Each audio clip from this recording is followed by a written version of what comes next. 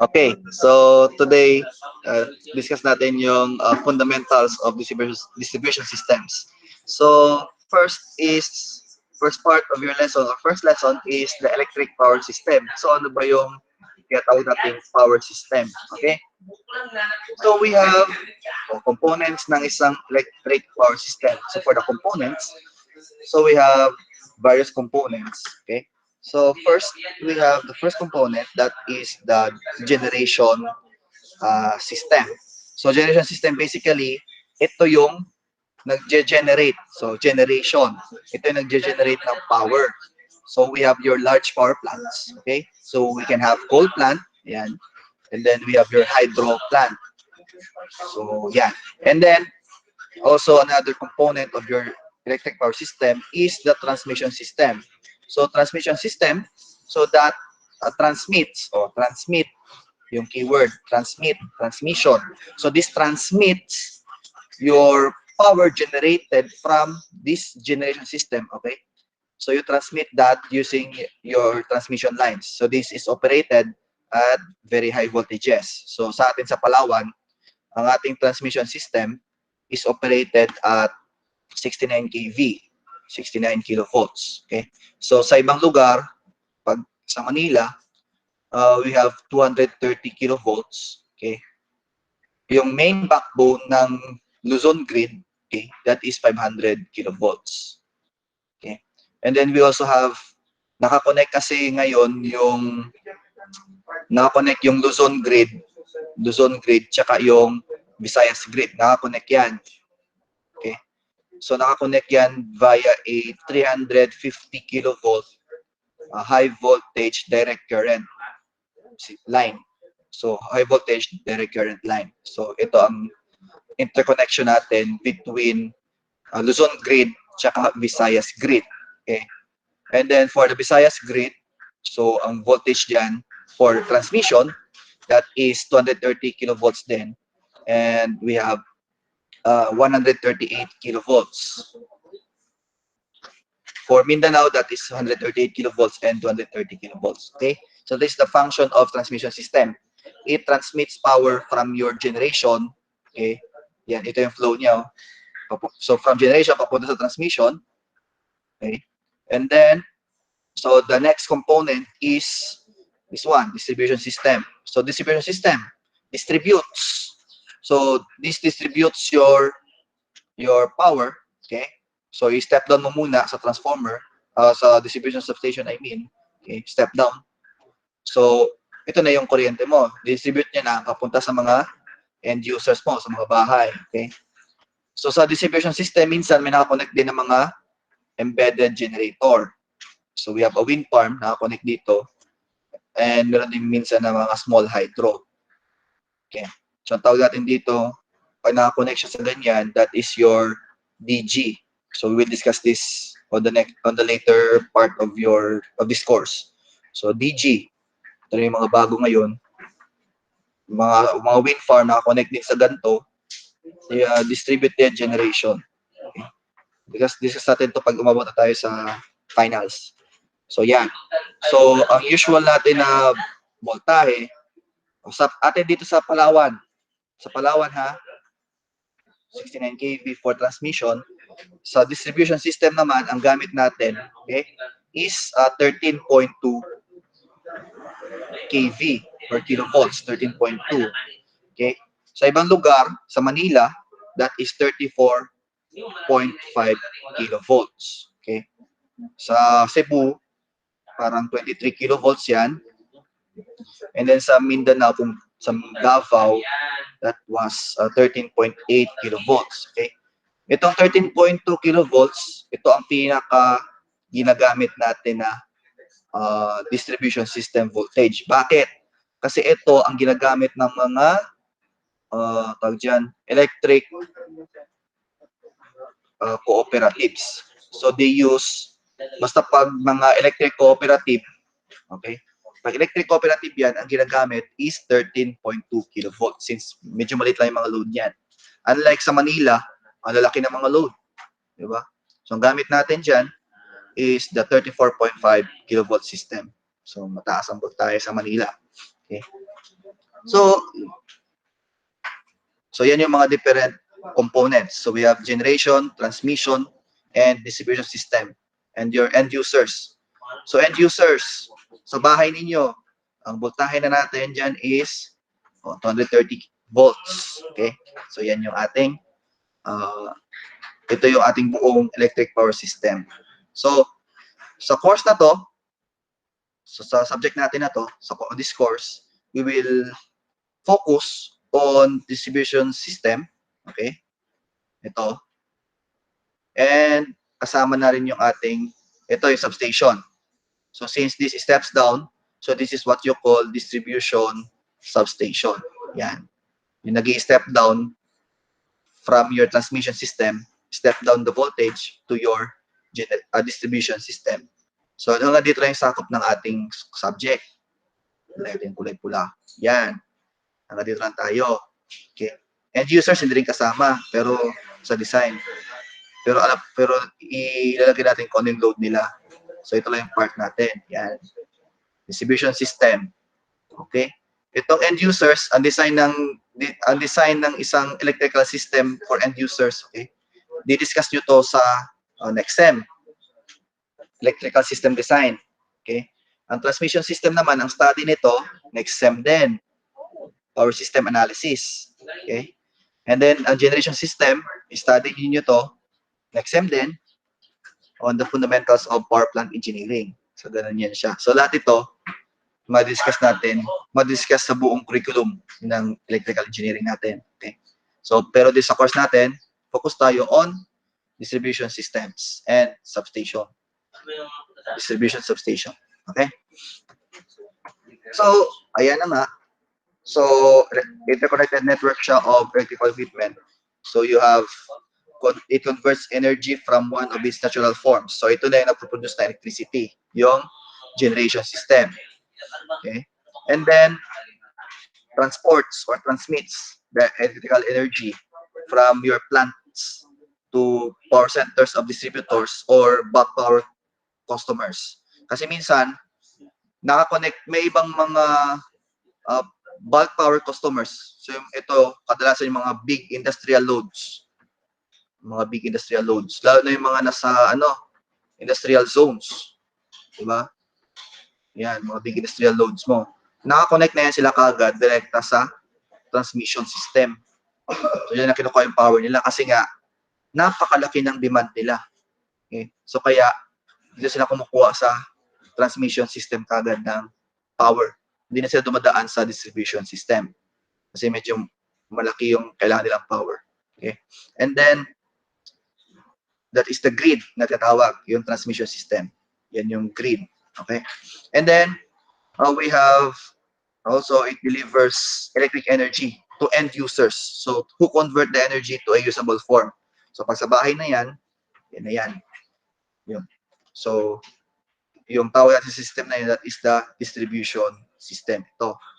Yan, distribution system yan.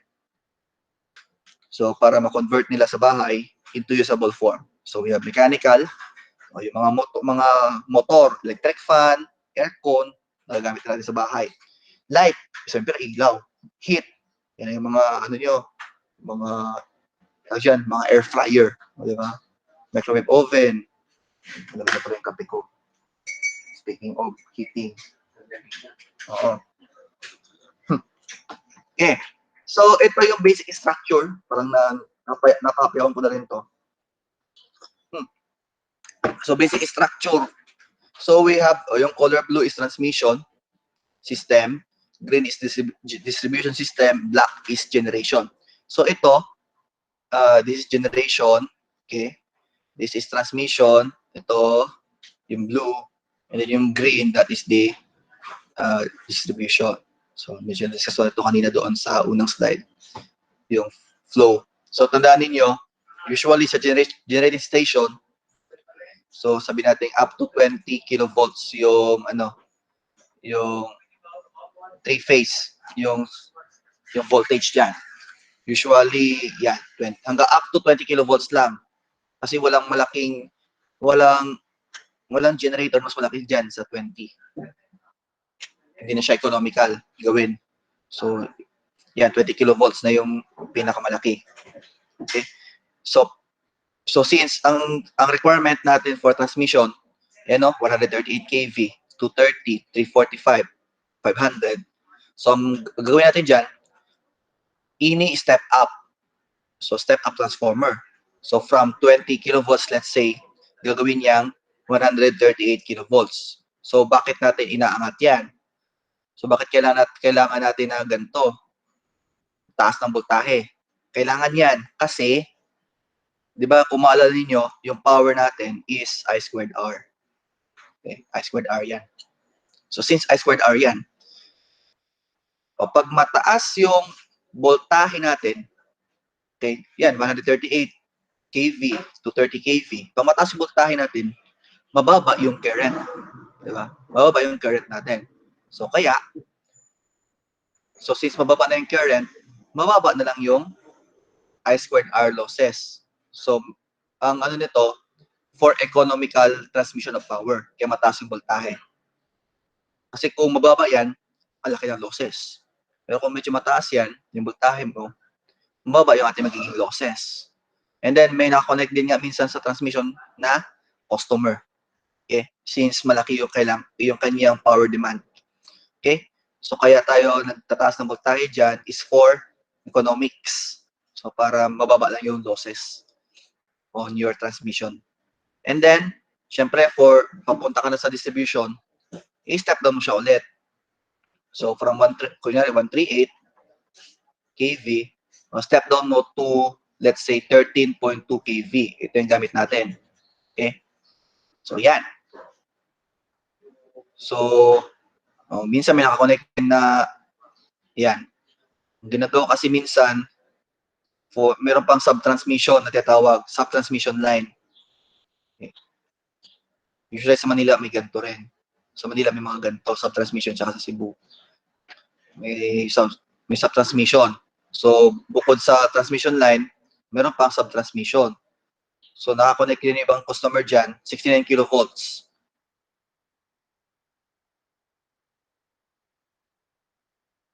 Or, ayan, 69 kilovolts or, okay. And then, kung nakakonect yan direkta doon, and then meron ding step down. So, meron kang primary customers na 13.2 kV, okay. And then, yan yung sa primary system, primary distribution system. And then for the secondary distribution system, may transformer ulit. So meron ka ng secondary customer. So we have 230 volts. Okay? 230 volts or 240, 120. So yan. So yun yung, ano pa rin natin to. Daanan pa rin natin yan ulit. So yan yung basic structure ng ating electric system. So kunyari dito sa atin sa Palawan, di ba? Nag-blackout si Paleco. Di ba? Nag-blackout. Hindi naman si Paleco actually yon. Minsan, may problema sa generation. May problema sa generation. Nag-trip yung planta ni, let's say, si DMCI, nag-trip, or si DMCI, or si Delta P, or si, ano pa yung isa?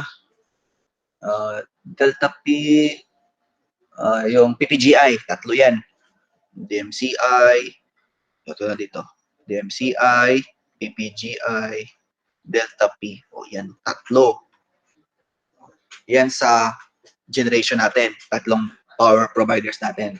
And then sa transmission, ang humahawak na transmission natin, si NAPCOR, okay, si NPC. Pero sa ibang lugar, ang may hawak ng transmission line, lalo na yung sa main grid, sa Luzon grid, Visayas grid, yung sa mga malalaking grid, ang may hawak niyan si Transco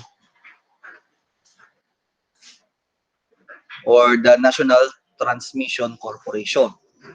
And then ang ano ngayon, so yung mga ni Transco ang nag-ooperate, okay? Ang nag-ooperate ng mga facility ni Transco, kung familiar kayo, ang nag-ooperate ngayon ay pangalan nito, NGCP or the National Grid Corporation of the Philippines. This is a private company. Siya nag-ooperate, install, and maintain transmission systems. Okay? And then, so dito, balik tayo dito. Ang may hawak sa atin sa distribution, syempre that is the Paleco. Okay? 13.2 kilovolts. Sa Manila, alam niyo naman yung Meralco. Okay? Yan siya, si Meralco. Ang may hawak doon sa Manila. Lang ako. Okay. Discuss natin yung parts. Generation system. Okay, so yan na. Yan na yung meaning niya. So we have, it consists of geographically dispersed electric generating power plants which are responsible for the production of electricity. So generation, we have types. Two types actually. We have the conventional and the non-conventional. Ano pinagkaiba ng conventional at non-conventional? So non-conventional, that is produced, or electricity is produced by magnetism and mechanical action. Ano yung conventional? Yan na yung mga, also by mechanical action. Kasama na dyan yung mga diesel, coal, nuclear, yan. Diesel, bunker, okay, bunker fuel na power plant. So yan, that is produced by magnetism and mechanical action. And then pag non-conventional, that is mostly from renewable energy sources. So we have solar, wind, ano ba? Yun. So it's from your renewable energy sources. Yan, solar. May solar farm tayo dyan sa Sabang. That is, dyan, diesel tsaka solar PVs. Yan sa may Sabang. Siya yung nagpa-power dyan sa Sabang area. Okay. Yung Sabang Renewable Energy Corporation or SREC. So yan. Okay, next, transmission system. So that is an interconnected network of overhead lines, cables, power substations, and associated devices whose primary purpose is to transport electric energy from the generating utilities or from the generating plants to the distribution utilities. Okay? So that's one, transmission system. So ito sabi natin kanina, it operates at very high voltages. Okay? And then it uses a loop configuration. And lastly, it is also used to interconnect one electric power system to another. So, yan. So, transmission system, pang-interconnect din ng isang electric power system to another. So, kung recall ninyo, di ba, may interconnection tayo, di ba? Kung naalala ninyo, meron tayong Luzon grid. Luzon grid. Then we have the Visayas grid. Ano pang-interconnect mo sa dalawang yan? Yung dalawang grids. Ang pang-interconnect mo dyan ngayon, transmission system pa rin. Transmission system pa rin. Di ba? Kung maalala niyo, we have 350 kilovolt high voltage direct current transmission line. Okay? Yan ang pang-interconnect natin from Luzon grid to Visayas grid.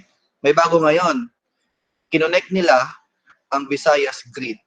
Okay? I-interconnect nila to Mindanao grid. Nabasa ko sa balita ng karaan. Ewan ko lang save ko yung balita na yun. Okay na sana yung linya na lagay na nila. Ang problema lang, ano pa naging problema? Yung ano niya, parang nasira yung submarine cable. Since nasira yung submarine cable, papalitan yun. So hindi pa makapag-operate yung interconnection natin from Visayas to Mindanao. So hindi pa maka-operate yan ngayon. So yun yung bagong balita. Parang last month ko lang ata nabasa yun or January, basta ganyan. So yun. Imbes na malapit na matapos sana yung yung interconnection, that is ang tawag natin diyan. Ang tawag nila sa project is the MVIP. Mindanao to Visayas Interconnection Project. Ayan ito pa yung balita. Ayan February ko nabasa. So, MVIP faces delay due to submarine cable damage. So, dapat ang niya sana, completion niya sana noong December 2021. Kailang dahil doon, extended na naman siya. Sayang yun, diba? Ma-operate na sana siya. Ayan. 450 megawatts daw ang capacity. Okay. Dito pa yung balita. Okay? Yun siya. Yan yung transmission system natin. So sa Philippines, nabanggit ko na yan, we have the 3 transmission grids, Luzon, Visayas, Mindanao. Ito na yung transmission voltages. Okay. Ito na rin yung sabi ko na naka-interconnect yung Luzon at Visayas grid via a 350 kilovolt. That is hindi HDVC. That is HVDC or high voltage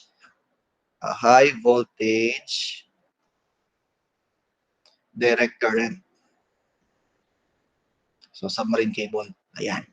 May isa rin pala yung nag-ano kami 2019 pa yata yon, nag-ano ang DOE, nag-present ng Philippine Energy Plan. Okay. From 2020 from year 2018 to 2040 yata yung plan nila. Because I'm not sure if 2018 yung start to 2040. So sa bagong ito, sa PEP, okay? So kasi sa Palawan, 'di ba? Naka-connect pa lang sa main grid ng Palawan main grid. Naka-connect pa lang diyan. Rojas sa norte, sa south, syempre kasama Puerto, tapos Aborlan, Nara, Sopron Española, Brooks Point, Quezon, Batarasa. Yan. Ito pa nakakonect sa main grid. So may bago ngayon, nakita namin sa PEP, yung Rojas, syempre, kukonect sa Taytay. Basically, hanggang El Nido yan. El Nido. Okay? Yan yung bago. And then, syempre sa kalagitnaan ng Rojas to Taytay, may isa pang linya papuntang San Vicente. So, yan yung isang bago ngayon. Sa south naman, o yung Quezon, na-connect yan from Nara. Kukonect nila to Rizal. Yung transmission. Okay? So, yan. Yung Batarasa, Brooks Point, yung Batarasa pala, lalagyan pa lang din nila ng substation. Yan yung plano. So, magiging isang buong grid na yung Palawan. So, from El Nido hanggang Batarasa. Okay? Yan yung nakalagay doon sa Philippine Energy Plan. And then may isa pa, i-interconnect din since diyan magaling Manila, papuntang Batangas. Interconnect nila yung Mindoro. Tapos, may isa pang interconnection papuntang Palawan. Isa rin tong plano na i-interconnect na yung Palawan to the main grid, to the main Luzon grid. Pero medyo malayo nga lang yan, yung Mindoro to Palawan. Okay. Yan yung mga plano nila ngayon. Okay. Hindi ko alam kung may status na ang Batangas to Mindoro. Okay. Pero basta, ito yung nakalagay sa plano. Okay. So, kasi susunod, pag lumakilaki kasi yung load natin sa Palawan, malay nyo, take over yung operation sa transmission so napokor ngayon, baka i-take over yung Transco or ni NGCP. Si NGCP pa lang mga take over niya. So malay ninyo, in the near future, meron na rin tayong NGCP dito. Diba? Sila, pag malaki-laki na yung load, pwede na i-take over yan. Tsaka naka-interconnect na yan to Mindoro tsaka to Manila via Batangas, Mindoro. Okay? So yan siya sa transmission. So, yan. Distribution. Ito yung study natin ngayon, distribution. So that is operated, okay? That is operated by a distribution utility. Yan na yung Paleco, Meralco, sa Cebu, Vecom, Visayan Electrical Company, sa Davao Light and Power Corporation yan. Yan. Or company. Davao Light and Power Company. Private company yan. Lahat ng yan. Maliban sa Paleco. Electric Cooperative si Paleco. Okay. So yan. So it delivers power from a point in a transmission system, sub-transmission system, or power plant to end users. Okay. Kasi sa distribution system, so pwede yan, yung power mo manggaling sa transmission system. Pwede yan, yung power mo galing dyan. Okay. Distribution system. Pwede galing dyan. And then, the distribution system. pwede galing dyan. Pwede ganyan yung ano, pwede dyan galing power sa transmission system, which is galing din yan sa generation. Pwede rin na dumaan pa ng subtransmission system. In this case, sa Manila nga, mayroong subtransmission. Or, pag maliit yung grid, ito yung mga, kung ano nyo sa Balabak, sa Taytay ngayon, presently, tsaka sa El Nido, yung distribution system mo, so from your planta, generation, paglabas mo ng planta mo, diretso na yan, distribution line or distribution system kagad. Kasi hindi na siya dumadaan sa transmission. So may distribution system kagad.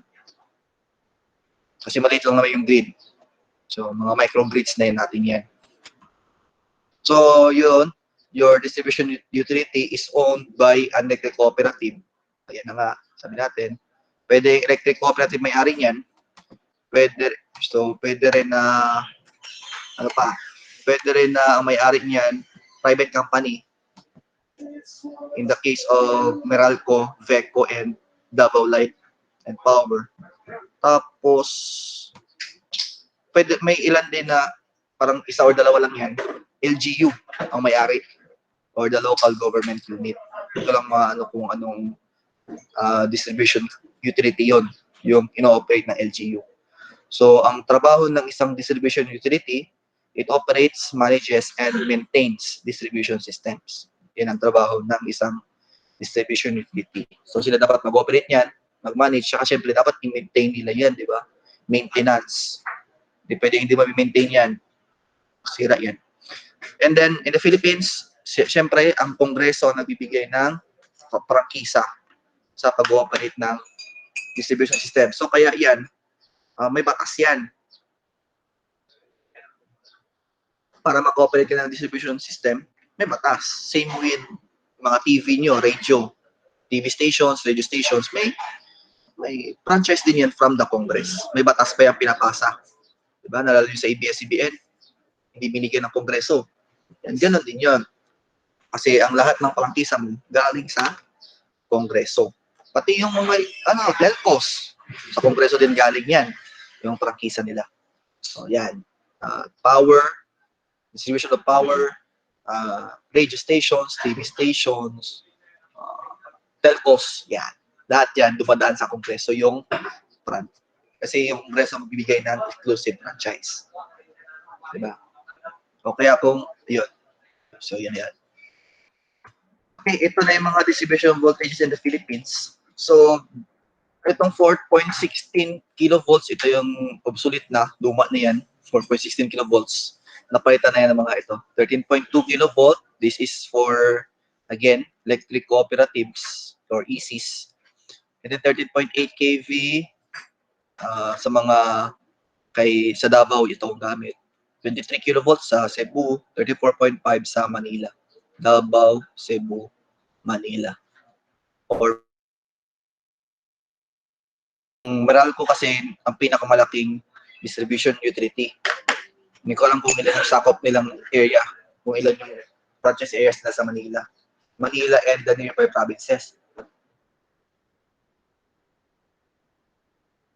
And then for the secondary, we have ito. Sa Manila, we have, kaya may 110 volts doon kung yung gamitin. Kasi we have the 115 by 230 volts. Sa atin, 230 volts lang. Sa kanila kasi, ang sistema nila, line to line.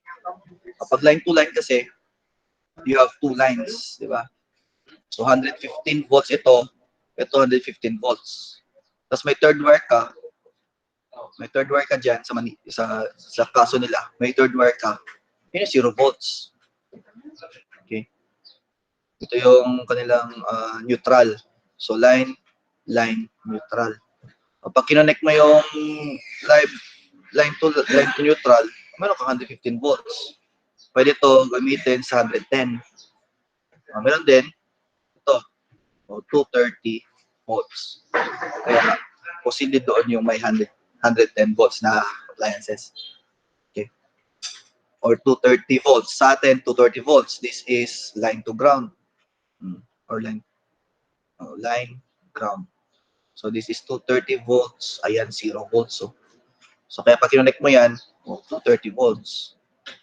Tapos yung ground, pag ginawakan mo, unless na lang magkamali ka ng connection, wala yung voltahe.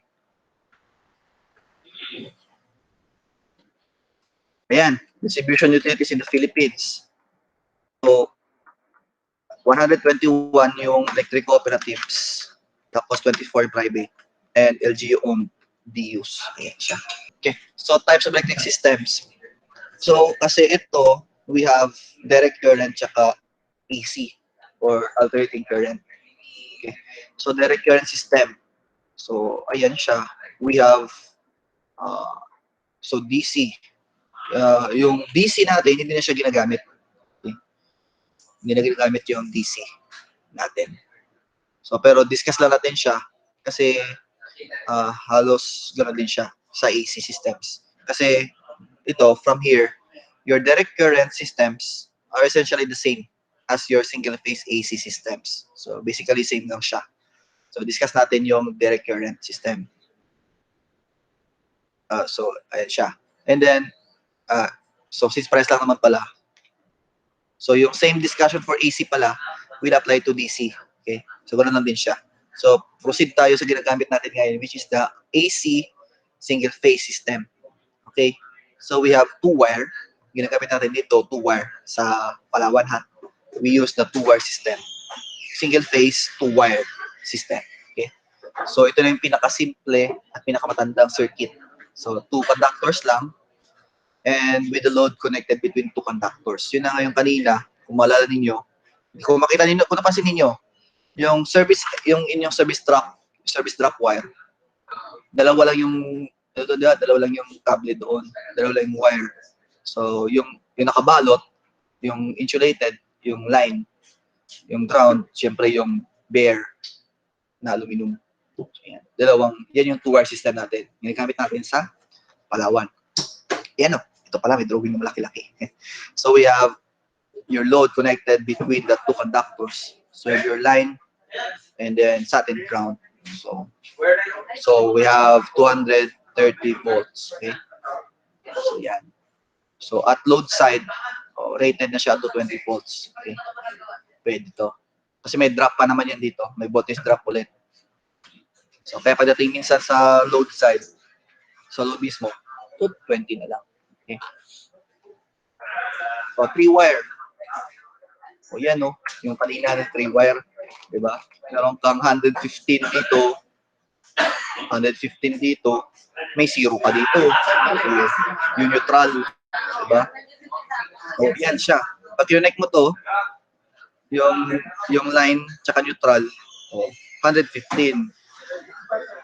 And then the same for this one. Pag connect mo yung line to line, ano ka ng 230 volts. So, yan yung sa Meralco systems. Okay? Two-phase. Ang two-phase hindi ganun ginagamit. Okay? So, we have four-wire system. Hindi man ito ganun ginagamit. Tsaka the three-wire system. So, yan siya. And then, meron pang five-wire. Yan. Medyo hindi na ito ginagamit. Yung two-phase systems. Proceed tayo. Ito, gamit. Three-phase system. Ang most common is the four-wire system. Ito yung pinakang ginagamit. Ito kasi, ito yung ginagamit ng mga ECs natin. Mga electric cooperatives. So, meron kang line, tsaka neutral. So, phase, neutral. So, let's say your voltage, your system voltage is, kasi ang gamit natin, remember, 13.2 by 7.62 kV. Ito ang gamit natin sa Palawan, tsaka ng mga electric cooperatives. So yung E natin, based on this figure, pag yung E natin is 7.62 kV, okay? So pag line to ground, okay? Pag line to neutral, or line to, yan, that is 7.62 kilovolts. Okay? And then kapag across the line, across the phases, square root of 3 times E. So the square root of 3 times E, that is 13.2 kV. Okay? Yan yun. Ito yung ginagamit natin, 4-wire system. Okay. Sa Manila naman, ang gamit nila doon, yung 20 kV. Tapos yung line to line is 34.5. Ayan o. Kaya yung single phase ano nila doon, yung mga transformer nila, 20 kilovolts yun. Okay. Siya. So ito yung 4-wire system. May picture pa ako dito. Pakita ko sa inyo mamaya yung mga sa poste. I-on ko lang yung cellphone ko. Okay. Mamaya pakita ko sa inyo yung poste. Yung ano mismo, yung poste na may mga wire. Para makita nyo yung 4-wire doon. Okay. 3-wire. So, wala lang yung ano, wala lang yung, bakit parang parehas yung nakalagay dito? 3-wire system. So, mali ito. Hindi ko napalitan. So tatlo lang yung wire mo dito, wala yung neutral. So we have 3 wires only. So yan. Ito ang i-compare natin yung differences between, so hanggang kaya naman matapos. So comparison between AC systems. So we have the table 1.1. Nasa module na rin to. So ito mga comparative efficiencies. Okay, so amount of conductor. Siyempre, pag fiber na 2-phase, di ba? Laki ng kailangan mo conductor, 2.5, di ba? Pero kapag 3-phase, 1.5, 1.5.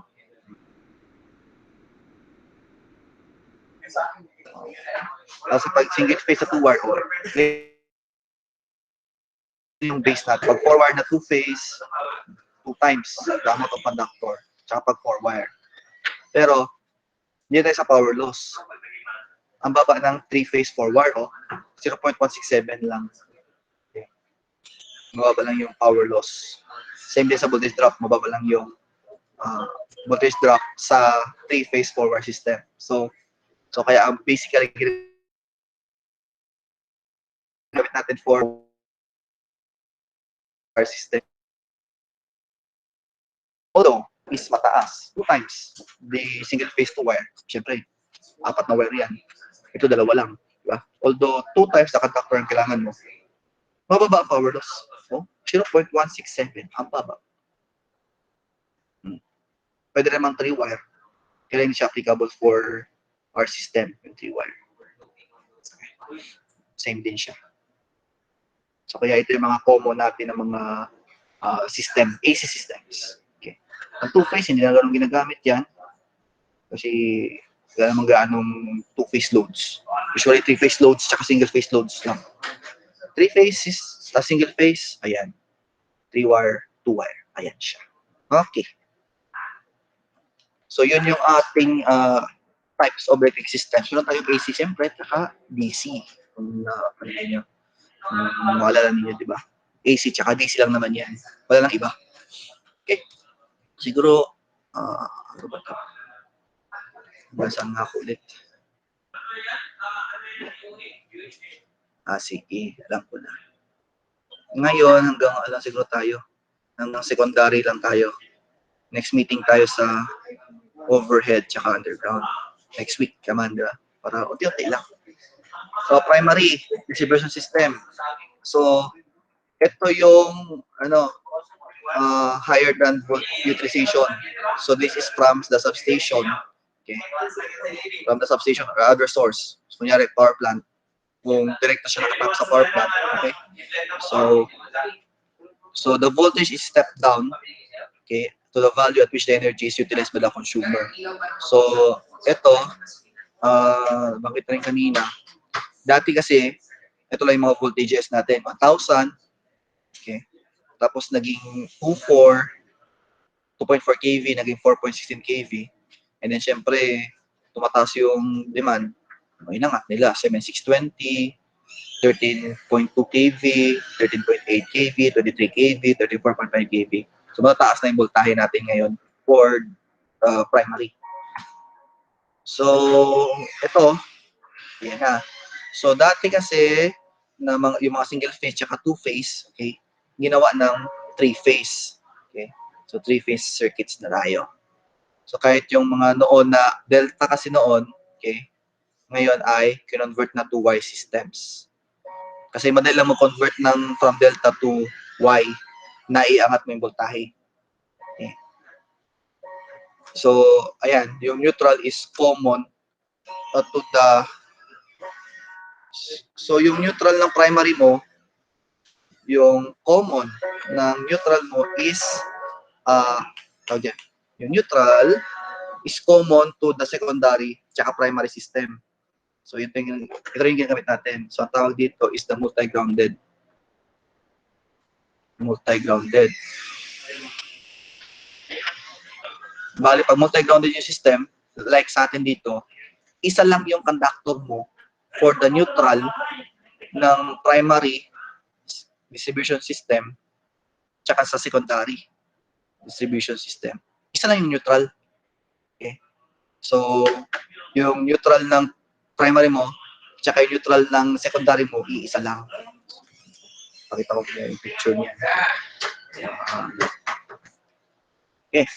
So, three basic types. We have radial, loop, and primary network.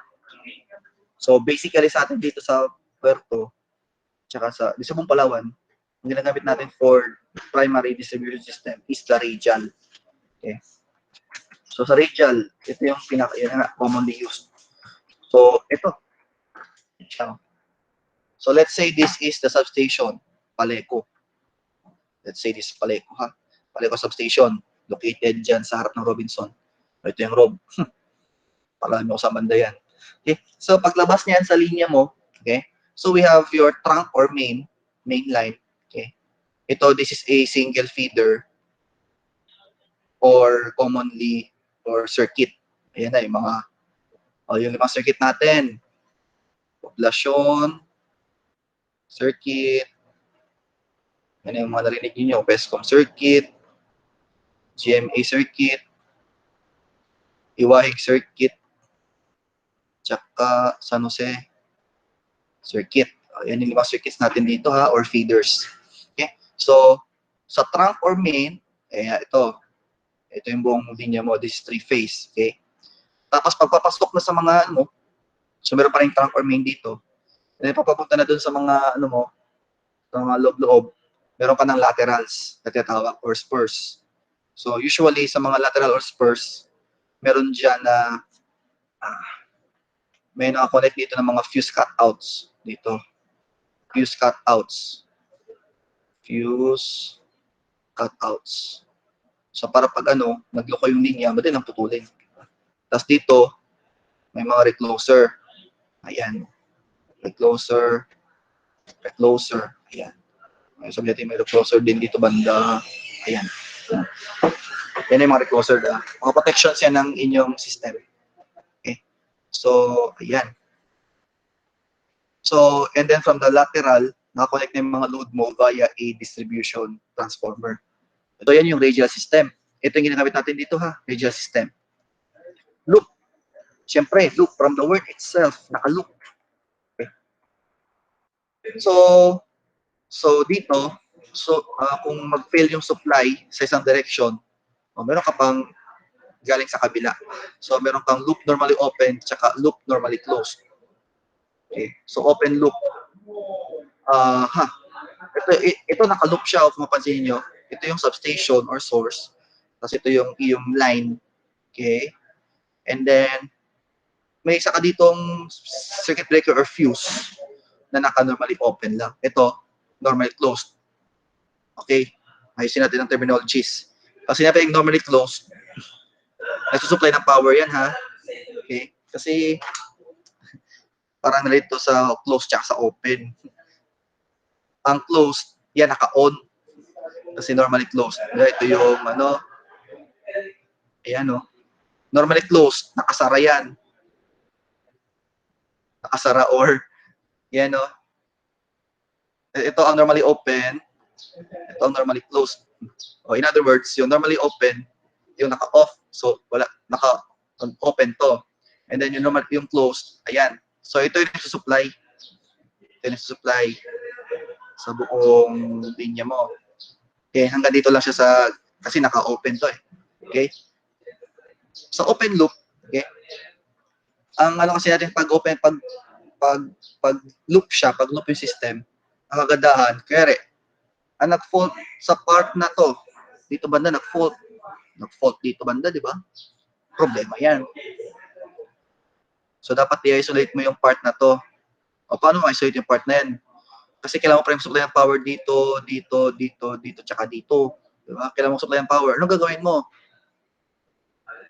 O, gagawin mo, may saka pang supply, i-open mo to. I-close mo to, Close mo to, so magsusupply na ng power yan. Ibang pen naman. Kita. Susupply ng power to. Pag close mo to, susupply na siya ng power. Okay? Punta dyan. Tapos kung may nakakonect na mga, may mga nakakonect dito na mga protection. Yan, protection yan. Ito, ano mo lang yan, i-open mo lang, makasupply ka na dyan. I-isolate mo lang tong fault na to, open to, ito close. So, ito, makasupply ka pa ng power dyan. Para itong portion na to, putol. Pwede mong trabahuhin yung fault dyan, banda. Diba? So, para may balik pa yung power. Diba? Mas balik yung power pag nakaloop siya. Unlike pag radial, talagang hihintayin mo matapos yung repair dito sa fault. Diba? Kung radial siya, yung dulo mo, walang, sa dulo lang ng linya, hindi mo balik sa substation. Hintayin mo matapos yung activities dyan, maintenance, yung repair. Dito, habang nire-repair mo yan, patayin mo lang or i-open mo lang yung mga mga protection mo. You can work on your fault. Diba? You can repair kung ano masira dyan. Ito yung pwede supply, May supply pa rin dito. So, maganda ito. Open loop. Ang mga loop systems basically maganda. And then, meron tayong closed loop. Closed loop. So, ayan. Meron tayo dito mga circuit breaker ulit, normally closed. Ayan. Tapos, meron lang tayong mga ayan. Ito, may mga dagdag na mga CBs. Mas magastos nga lang to. Okay. Kasi ang pang-disconnect mo, kung kanina pang-disconnect mo, pwede na mga fuse cutouts dito, mga CB. Circuit breakers. Kung kanina sa open loop, dito sa open loop, ito mga lang to, kahit fuse cutouts lang to. Fuse cutouts lang yan. Dito, although may fuse cutouts dito, meron ka mga CBs. Ayan, mga CB yan. Circuit breaker. Ayan. So, hindi meron kang pilot wire for relaying. So, sa protection din discuss yan, pilot wire. Tsaka relays. Okay? Yan ang closed loop. Okay. Primary network system. So, network, ayan na network. Medyo, siya. Trabaho na rin ito i-connect. So, meron kang substation dito. Substation, may supply ka rin dito. May supply ka rin dyan. So, network na siya. Okay. So, yan lang. Basically. So, 3 types lang yan. Radial loop network. Sa secondary, ito. Sa secondary, ito na yung low voltage. Kung yung primary, kung maalala ninyo, yung primary natin, based sa Palawan we have 13.2 kV. So, by 11.62 kV. Secondary natin is 230 volts. This is nominal.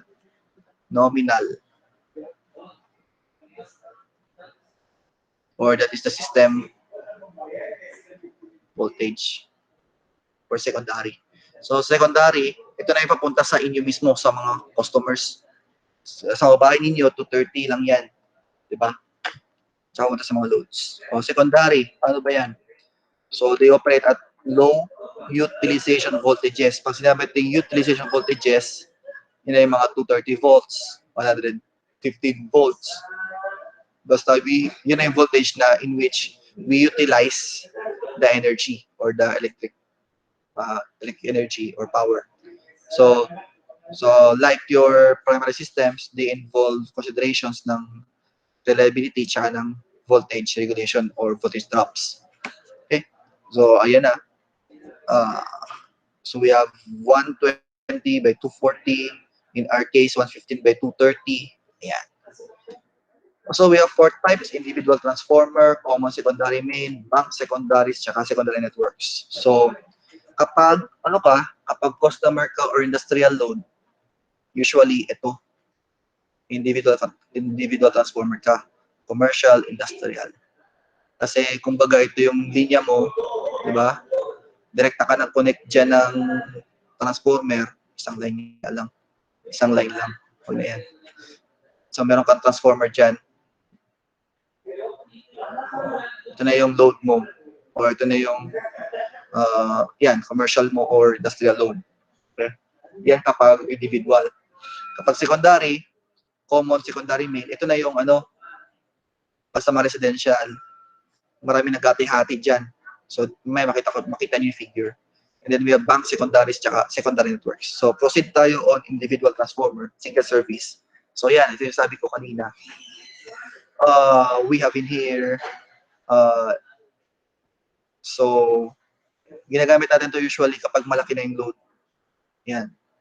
Sabi ko nga, mga commercial loads mo, naka-single individual transformer, industrial. So, either yung transformer mo is single phase or three phase. Kasi meron din minsan ng mga commercial na small loads lang, kaya single phase na kinakabit. Pero pag medyo malaki na yung load ng commercial mo, three phase na kinakabit. Di ba? Malaki na yung load. May requirement kasi si Paleco dyan. Kung ilan yung kailangan natin na kVA para maging three phase na yung supply mo o yung kakabit mong transformer. Industrial, three phase yan. Kasi medyo malaki ang load ng mga industrial natin. Okay. So, bale, pag individual transformer, single service, o isang load lang ang siniservisyohan mo. Kunyari, yan, Robinson. May transformer siyang sarili. Yun. That is customer-owned transformers. Si Robinson, halos lahat ng commercial establishments natin, SPSU, kada building may tag-isang transformer yan. Hindi yan nakakonect sa isang transformer lang lahat. Kada building may isang transformer. Ito sa PB, may isang transformer din. Three-phase yan. Ganun siya. Ito sa engineering lab, sa likod, ito. Just sa EE lab, o single-phase transformer naman dyan nagsusupply. Ganun siya. Yan yung individual transformer, single service. Kapag common, rin sa bahay ninyo. May isa kang transformer, single phase ito. Tapos naka-connect, meron ka lang fuse, pero minsan wala na yan. Ito yung mga bahay nyo. O bahay 1, bahay 2, bahay 3, bahay 4, bahay 5. Meron ka lang straight insulator along the line. May insulator ka lang. Kasi hindi na dapat tatawid yung power sa kabilang linya mo. Kasi ito transformer ulit. Tapos ito mga bahay ulit sa kabila. Sa unahan, may bahay ulit. 1, 2, 3. Ano yan. Ito yung ginamit sa mga bahay ninyo. Kung mapansin ninyo ha. Kasi may transformer, tapos bababa. Yung sa secondary line mo, ang dami nakakonect na load. Ito, yung sa bahay nakakonect. Ikaw nakakonect. Isa pa bahay nakakonect. Isa lang yung linya ninyo. That is the common secondary main. Kaya minsan marinig nyo, sa common lang nakakabit yung linya nila. Sa common. Kasi common transformer lang yung source mo. So, bakit ganon? So, ito ang naging common type kasi and then it takes advantage ng diversity sa consumers' loads and demands. So since diverse yung load mo, di ba? Diverse yung load. Hindi man kayo sabay-sabay nakapaandar ng sabihin natin ng radyo, may ilang araw na yung radyo may kapitbahay naka-on, may araw na hindi, sa inyo naka-on, parang alternate kayo ng gamit. So, yun ang diversity sa load. Hindi kayo sabay-sabay gumagamit ng load. Diba? So, kaya ang transformers natin dito, mabababa lang din. 50 kVA. Advantage niyan, diverse yung loads mo, iba-iba kayo ng load. Tapos hindi man sabay-sabay yung paggamit ng load. Diba? So, yun ang sa secondary, common. So, iba-iba kayo ng load, Iba-iba rin ang oras na gamitin niyo or time of use. So, pag kinumpitan mo yan ng transformer rating, you use the diversity factor. Diba? Bababa yung magiging rating niyan ng transformer. So, magkukompute kayo niyan sa design niyo ha, ng rating ng transformer kung ilang gagamitin niyo for your common secondary. Lalo sa design of secondary systems, di ba? Doon niya makikita yan na mambaba. Kunyari, ang total connected load talaga 200 kVA, pero upon applying diversity factor, sa computation, lalabas na kailangan mo na pala 50 kVA, di ba? Kasi nga diverse yung load. And then we have bank secondaries. Ayan. Meron lang company na ito ay strain insulator.